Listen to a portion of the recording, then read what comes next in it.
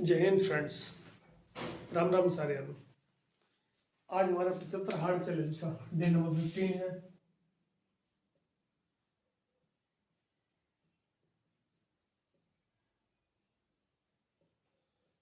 हम इसमें solar system को कंप्लीट कर चुके हैं। आज से हम एक नई यूनिट क्लाइमेट शुरू करेंगे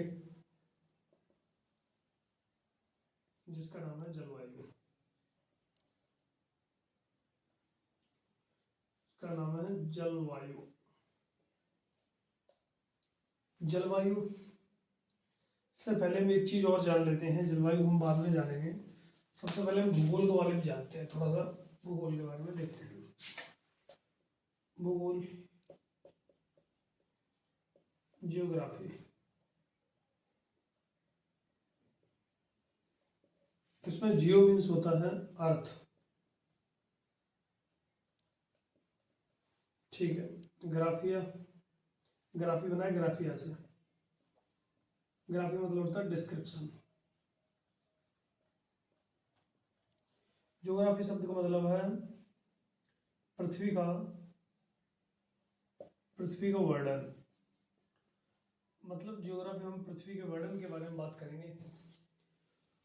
हम इसमें जो ज्योग्राफी शब्द है या ज्योग्राफी का फादर किसको कहा जाता है? Father of geography. Father of geography कहा जाता है एरिस्टोथेनीज।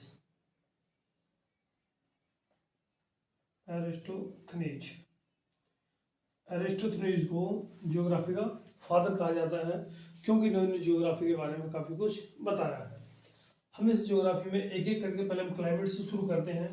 जो कि हमारी क्लाइमेट यूनिट है, उस यूनिट से हम लोग स्टार्ट करते हैं। क्लाइमेट है क्या? देखिए, क्लाइमेट है, इसको हिंदी में हम जलवायु बोलते हैं। क्लाइमेट शब्द है वो है क्लाइमेटा। क्लाइमेटा शब्द से आया है।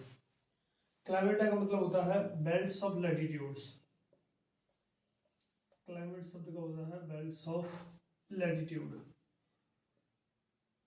लैटिट्यूड मतलब अक्षांशों का संग्रह। क्लाइमेट शब्द का मतलब होता है अक्षांशों का संग्रह। अक्षांश क्या होते हैं? जैसे हम अगर अर्थ का मॉडल बनाए, जैसे हम अर्थ को बनाए, ये हमारी होती है इक्वेटर लाइन, जिसको हम भूमध्य रेखा बोलते हैं। ये 0 डिग्री पे कट करती है, इसको इक्वेटर लाइन बोल देते हैं।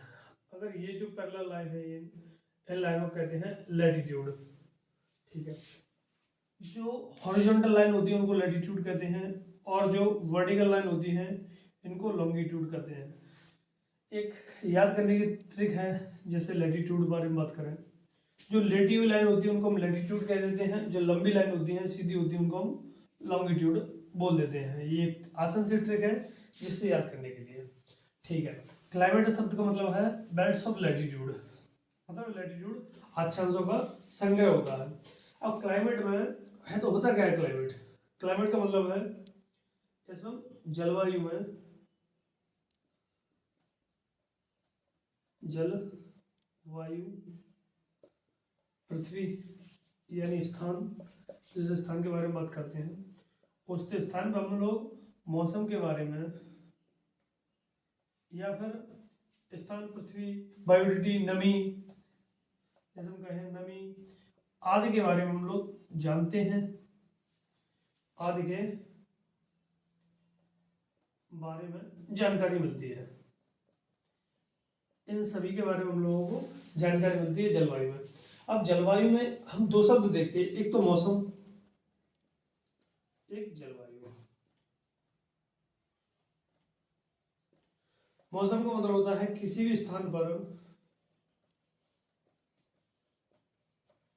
क्षणिक परिवर्तन।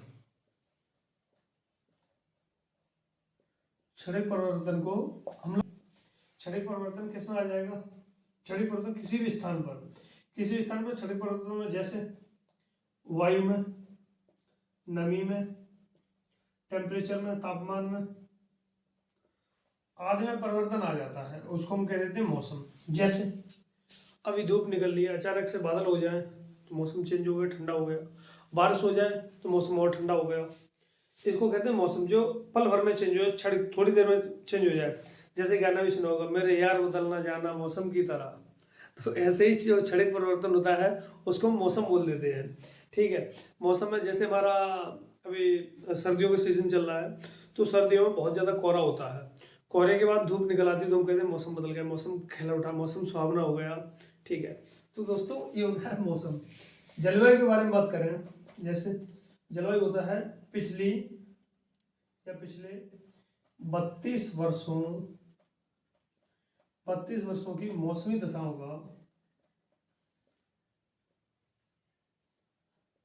का औसत, उसको कहते हैं जलवायु। दोस्तों पिछली 32 वर्षों की मौसमी दशाओं का मतलब, इसको हम जलवायु क्यों कहते हैं? जलवायु में इसको इस वजह से कह देते हैं क्योंकि ये मौसम है, 30-32 साल में मौसम कितना चेंज हुआ है। जैसे दिसंबर से सर्दियाँ स्टार्ट होती हैं, फरवरी तक सर्दियाँ चलती हैं, तो इस सीजन में कितना टेम्परेचर रह रहा है, इस सीजन में सर्दी आ रही है। ठीक है, फिर गर्मियों का सीजन आ रहा है, जैसे मार्च से अपना स्टार्ट हो जाता है, या मार्च लास्ट से स्टार्ट हो जाता है, जैसे अप्रैल से स्टार्ट हो जाता है और जून लास्ट या 15 जुलाई तक चलता है। उसके बाद 15 जुलाई से लेके सितंबर तक का बारिश का मौसम होता है, ऋतु होती है भारत की बारिश की।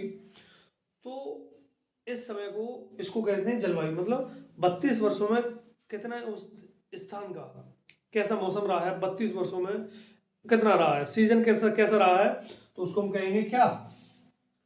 जलवायु। एक शब्द देखिए, जैसे सीजन और वेदर। सीजन वाले मौसम होता है, एक वेदर में मौसम होता है।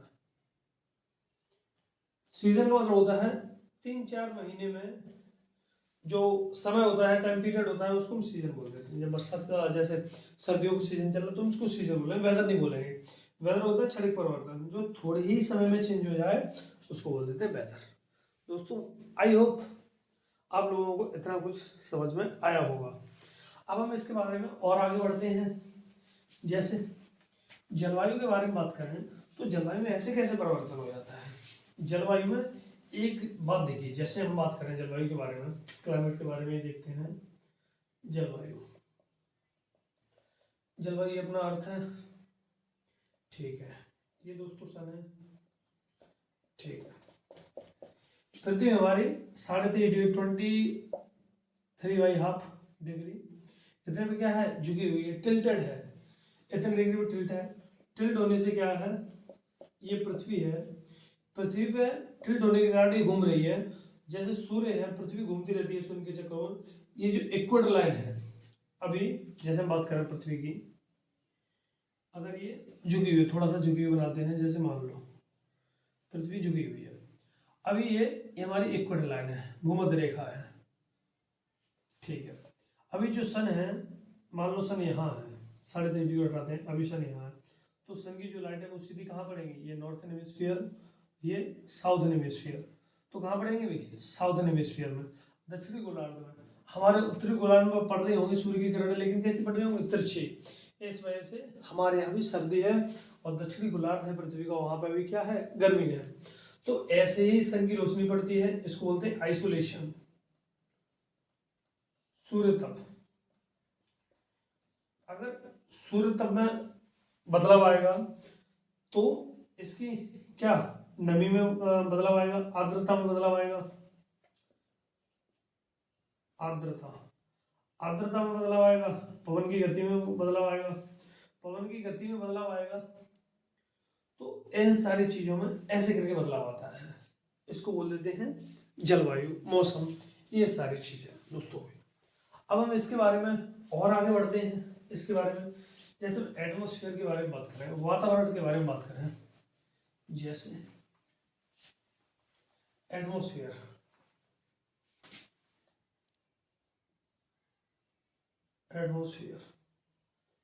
इसको बोल देते हैं वायुमंडल। वायुमंडल किस वजह से बोल देते हैं, क्योंकि इसमें वायु का संग्रह होता है, एयर का मिक्सर होता है, इस वजह से हम इसको वायुमंडल बोल देते हैं। वायुमंडल में मिक्सर ऑफ एयर, इसमें हवा का मिश्रण होता है। हवा हमारी पृथ्वी के चारों ओर पाई जाती है, जो हमारी अर्थ है चारों ओर पाई जाती है। एटमॉस्फेयर को कहा जाता है blanket of earth. Blanket of earth, पृथ्वी का कंबल इस वजह से क्या कहा जाता है, क्योंकि जब सूर्य चमकता है, सूर्य की जो सनलाइट है वो पृथ्वी पड़ती है, पृथ्वी में से कुछ पोर्शन को तो ये वापस लौटा देती हैं। जैसे सूर्य की किरणें हवा से टकराई, एयर से, जो हमारी एयर है उससे टकराकर कुछ रिफ्लेक्ट बैक हो जाती हैं, कुछ पृथ्वी तक आ जाती हैं।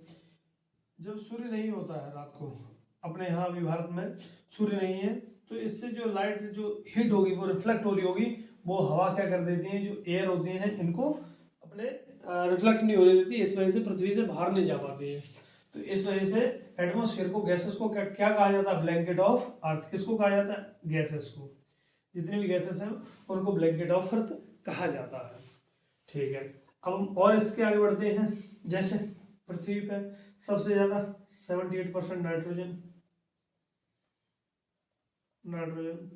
20.9% कुछ ऑक्सीजन, O2 है, बाकी का कुछ बची CO2 है, हाइड्रोजन है, ठीक है, अमोनिया है, आर्गन है, क्रिप्टन है, और भी अदर गैसेस हैं, अदर गैसेस हैं।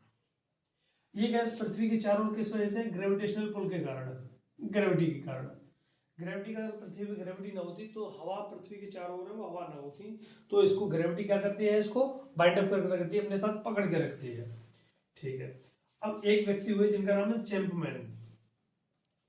चैंपमैन, चैंपमैन एक साइंटिस्ट हुए, इन्होंने किसके बारे में बताया, O3 के बारे में, O3 in the sense ozone के बारे में। उन्होंने ओजोन के बारे में बताया।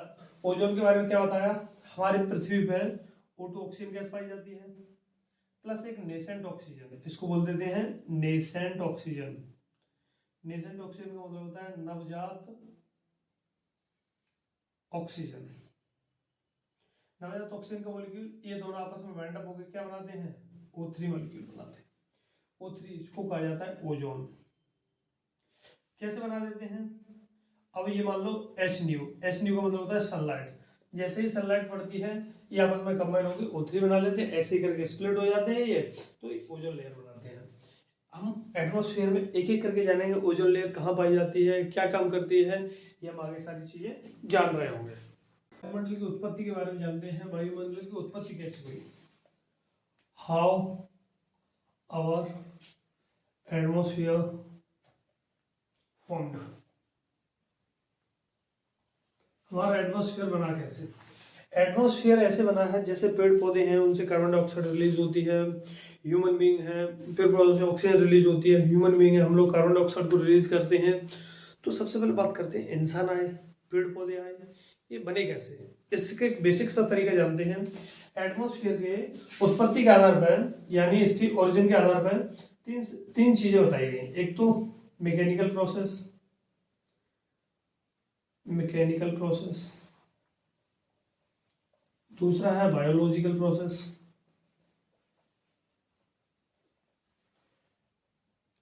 तीसरा है biological chemical process, chemical process. इन तीन प्रोसेस के द्वारा ही एटमॉस्फेयर की उत्पत्ति हुई है। सबसे पहले हम जानते हैं मैकेनिकल प्रोसेस।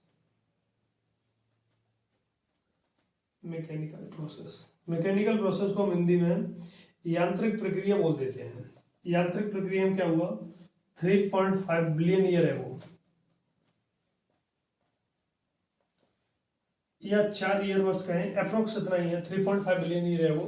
क्या हुआ, जो हमारी पृथ्वी है, पृथ्वी एक जगह पर क्या हुआ, कॉन्सेंट्रेट थी, ब्लास्ट हुआ। जैसे बिग बैंग थ्योरी हम पहले बता चुके हैं, पृथ्वी एक जगह पर कंडेंस हुई, वो एक जगह पर एकत्रित होने के बाद पृथ्वी के अंदर क्या था, मैग्मा, मैग्मा, पृथ्वी के अंदर मैग्मा था। ये बहुत ज्यादा हॉटेस्ट था, टेम्परेचर बहुत ज्यादा था। टेम्परेचर ज्यादा होने के कारण ये सूर्य से टूट चुकी थी, ये ग्रह अलग हो गए थे। सूर्य से दूरी होने के बाद इसको क्या हुआ, इसमें इसका टेम्परेचर धीरे धीरे डाउन होता गया, टेम्परेचर डाउन होता गया। इसकी आउटर कवरिंग ये वाली बाहर,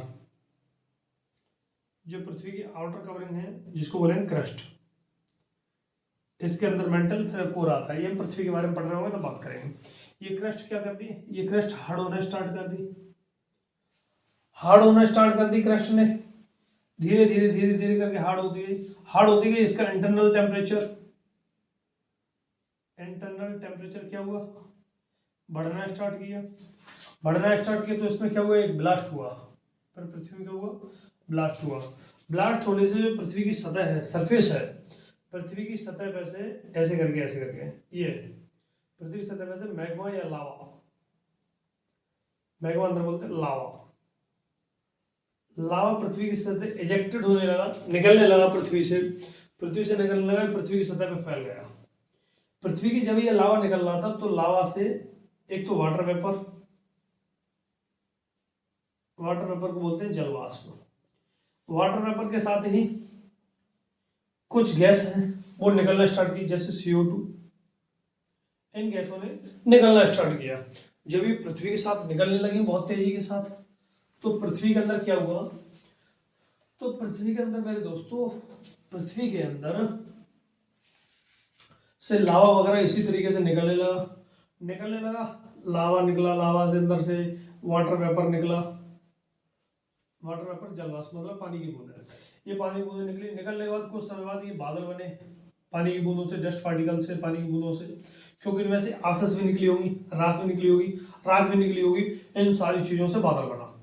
बादल बनने से जैसे ये लावा निकल रहा था, ये मान लो ये गड्ढे से बन गया, लावा निकला था, तो जब ये बादल बना तब ये वाटर वेपर था, ये कंडेंस हुआ। कंडेंस का मतलब संघनन का मतलब होता है, जैसे आसान भाषा में बताया, जैसे आप अपने यहाँ दूध वगैरह को गर्म करें, गर्म करने के उसके ऊपर प्लेट रख दो, प्लेट को जब हम दूध अपना गैस स्टोव से उतारे उसको, तो उस पर देखना पानी की बूंदें छा जाती हैं, तो बूंदों को क्या बोलते हैं, कंडेंसेशन प्रोसेस बोलते थे। तो उसी तरीके से ये हवा में जो एयर में जो वाटर वेपर थे वो ठंडा होना स्टार्ट किया, ठंडा होने कंडेंस के रूप में ये बरसने लगे, पृथ्वी में बरसने लगे। ये करेंटर थे, ये गड्ढे थे, इसमें भर गया पानी, वाटर भर गया इसमें, और वाटर भर गया।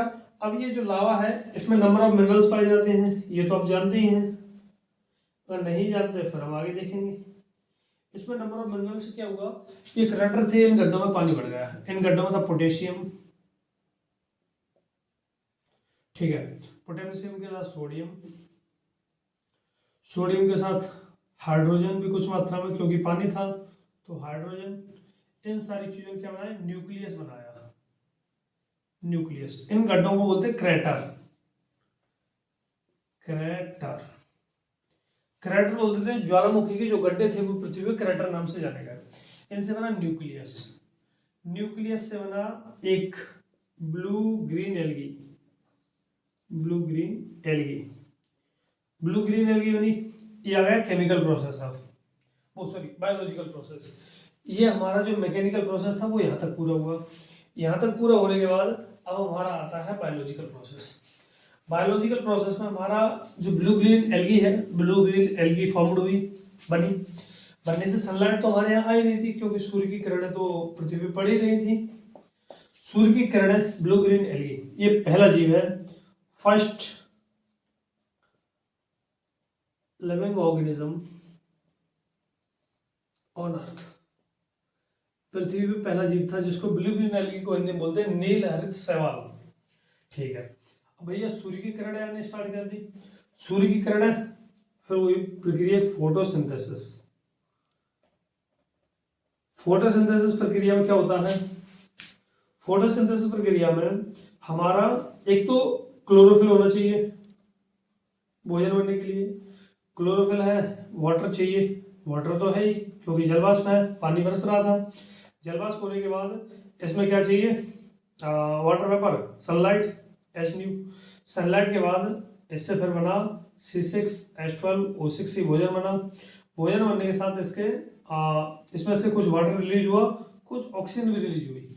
अब ब्लू ग्रीन एल्गी से ऑक्सीजन रिलीज होना स्टार्ट कर दी, O2 के साथ सनलाइट पड़ रही थी, तो ये नेसेंट ऑक्सीजन में टूट गए। जो ये ऑक्सीजन था O2 और नेसेंट ऑक्सीजन का होता है एक ऑक्सीजन का नया मॉलिक्यूल, नेसेंट ऑक्सीजन टूट गए। कुछ ये ऑक्सीजन के 2 मॉलिक्यूल भी थे, ये 2 ऑक्सीजन के मॉलिक्यूल एक ऑक्सीजन के मॉलिक्यूल के साथ कंबाइन होकर क्या बना, O3 मॉलिक्यूल, जिसको कहा गया ओजोन। इस प्रक्रिया को कहा गया, कौन सी प्रोसेस, इस प्रक्रिया को कहा गया पहला मैकेनिकल प्रोसेस, बायोलॉजिकल प्रोसेस, इसको कहा गया केमिकल प्रोसेस। तो केमिकल प्रोसेस के बारे में किसने बताया?